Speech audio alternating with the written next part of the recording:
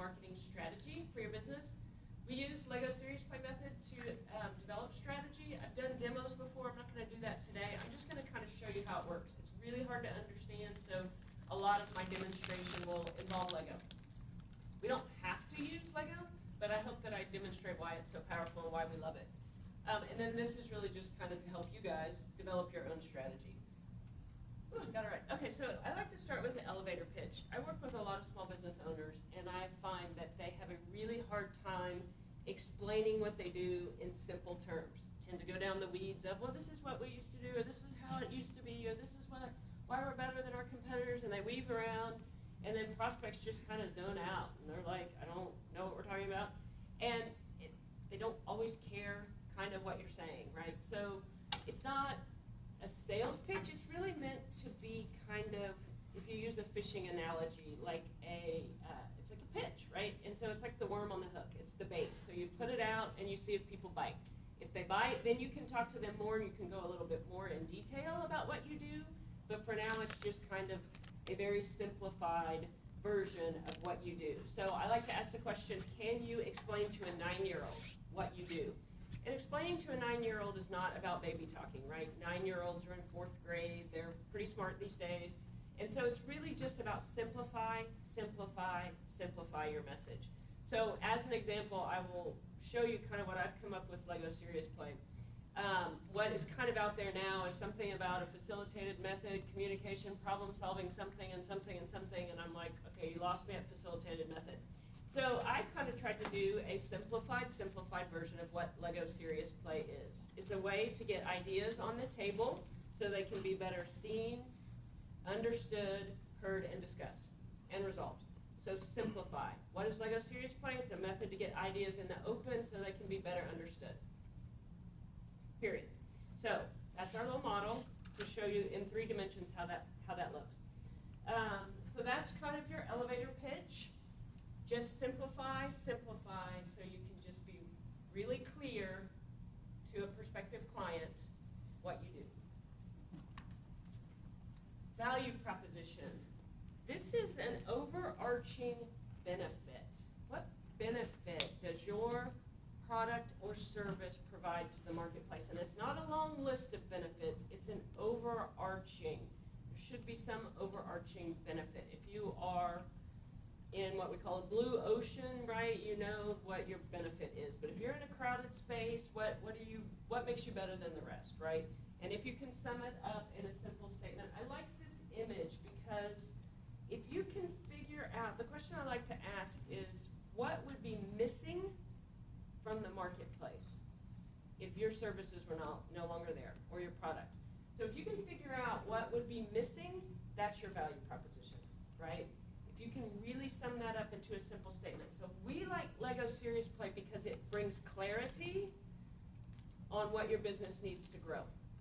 For us, with business owners, clarity on what your business needs. I think Lego Serious Play as a whole does a phenomenal job of just bringing clarity to what's going on. Putting it all on the table in 3 dimensions brings a level of clarity that you don't get in other places. So this is my clarity. That's my value proposition for Lego Serious Play. So again, what would be missing from the marketplace if your product or service were no longer available? If you can sum that up in 10 seconds or less, you've got a really powerful value proposition. Now we're going to talk about your ideal prospects. Look, I'm going really high level and really fast. We can dive in a ton to any and all of these, and there's a whole lot more we can do. But I have 2 ideal prospects. If you can define characteristics, we've obviously got the demographics, right? Age, sex, size, all that kind of stuff of what we call demographics. And those are good for targeting on social media or in your advertising efforts. But you also have what we call this psychographic. What's going on in their heads? What emotions are they feeling? So what are some characteristics of your ideal prospect? This is my favorite. This is my ideal prospect. A business owner, hair on fire, making decisions on the fly, trying to get the company off the ground, keep it in the air, prevent it from crash landing. I don't know if anybody relates to that. I am my own ideal prospect. This is one of my ideal prospects, my small business owner ideal prospect. My other ideal prospect is a member organization director. We'll call her an executive director. And I'm going to be very stereotypical on my pronouns. My business owner is going to be a he. My executive director is going to be a she. It doesn't fall in those lines. It just makes it easy. She is in the weeds, stuck in the weeds, and running the day-to-day. She's got board members and volunteers, but they're only really halfway there. Their hearts are in it, but their heads are not. Namely, because her board and volunteers are made up of these people. And so she is really just kind of frustrated and fed up because the volunteers cannot help her carry the load the way she needs to. So that's my ideal prospect. Again, so, okay. Eddie, the entrepreneur, I like to put names on him. That's Eddie, the entrepreneur. This is Ellie, the executive director. These are my two ideal prospects.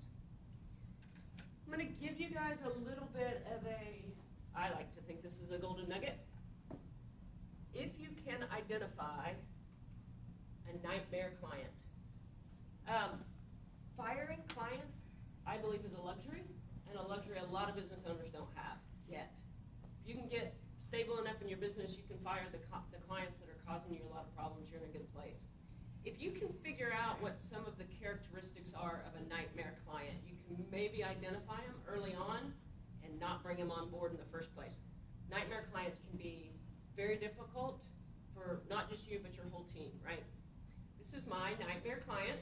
I wanted to represent, it has a big head, kind of a big ego, transparency a little bit, but it's really red, so kind of angry, always right, always knows what he wants, no matter how hard you try, you never get it right, so he kind of engages in this crazy-making feeling, right? You're just kind of going crazy. What I don't represent in this, for us, our nightmare client, kind of wants us to be a marketing secretary. He knows best. He knows what's supposed to happen. He just wants you to do what he tells you. He doesn't want you to think or have any ideas for yourself. And no matter how hard you try, it's not really good enough, right? So we're going to put him way over here because we don't really want him on our board. But he's good to identify and stay away from if you can. So I don't know if a lot of people talk about identifying your nightmare client, but it's good to know that kind of stuff.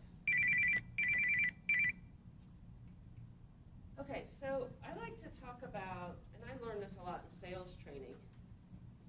Oh no. My gear piece didn't work. Okay, now it should go. That little, they should spin in like there. There's my crazy making. They weren't spinning. That little middle gear piece tends to fall out. Okay. And these are like explosives, right? You never know if you're going to say something that makes one of these go off.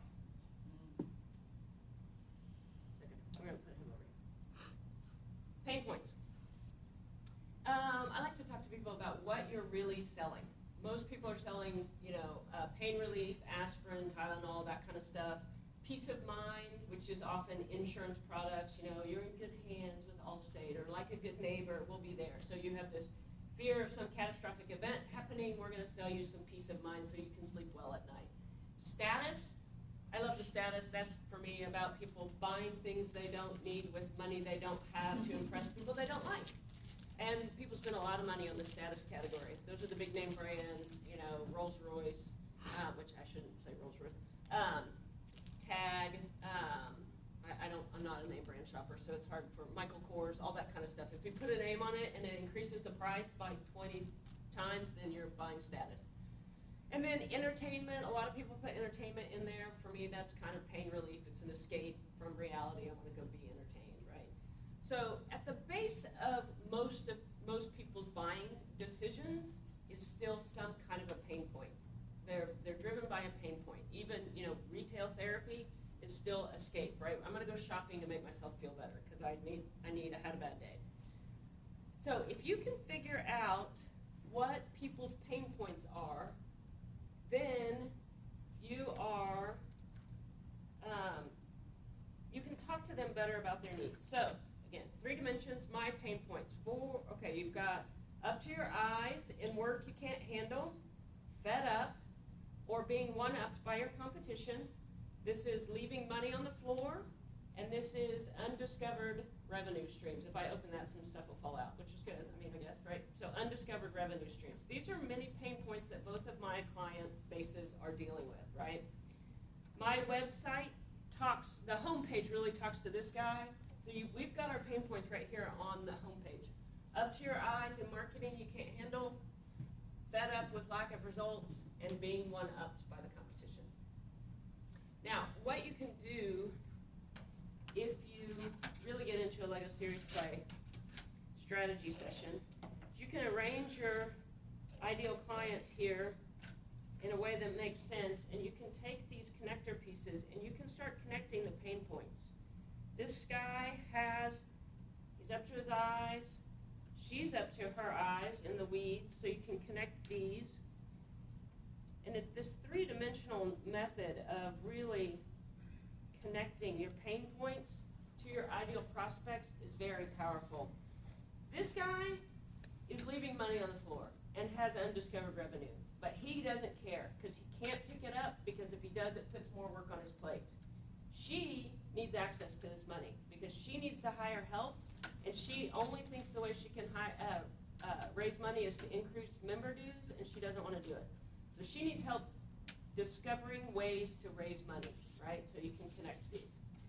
So what's interesting about this method is the other question you can ask, and I don't have it on this board, is if there is a negative emotion that your prospects feel when they talk about your product or service, or when you talk to them about your product and service. So for me, I have a lot of people who've been burned by bad marketing, spent a lot of money and gotten no results. So there's a really negative image with marketing, and I have to overcome that in a lot of what I do.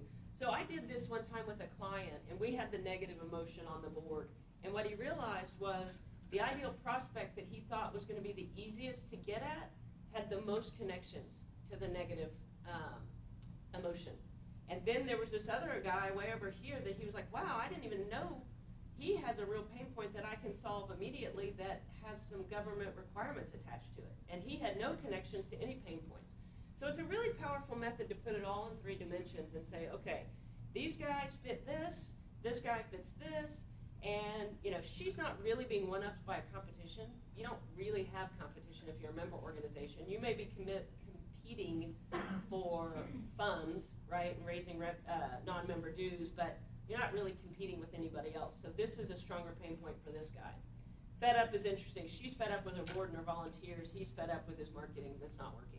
So again, a really powerful 3-dimensional method to get to what are the pain points that my clients are dealing with.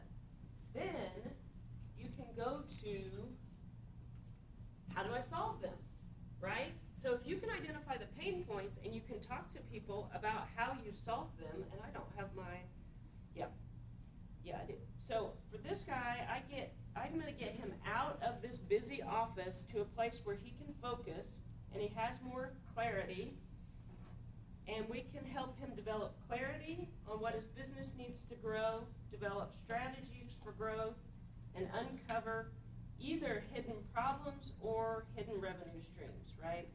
So I'm going to get him out of the office, and now this is my benefit, right? We're going to help him develop strategies for growth, uncover hidden problems that may be holding him back or unidentified revenue streams, and gain clarity on what his business needs to grow, right? So these are benefits that are directly talking to problems. They're not just these random benefits that are out there that are like, oh yeah, we're a facilitated method of problem solving communication, blah, blah, blah, that nobody knows what it means, right? So, so then if you bring this all together, this is my marketing, right? This is it's like a big billboard. This is what you do when in marketing, you stand up and you tell everybody what you do. So at Optimize Marketing, we use LEGO Series Play to help clients gain clarity on what their business needs to grow. Now there is my ultimate elevator pitch. Took a long time to get there. Took few times going through this. But here's my simplified elevator pitch. We use LEGO Series Play to help clients gain clarity on what their business needs to grow. Period. So for me, a lot of it is about clarity. My business owners are overwhelmed and they can't see the forest for the trees a lot of times. So getting them out of the office and helping them understand what they need is big help. So then that's all the fun stuff.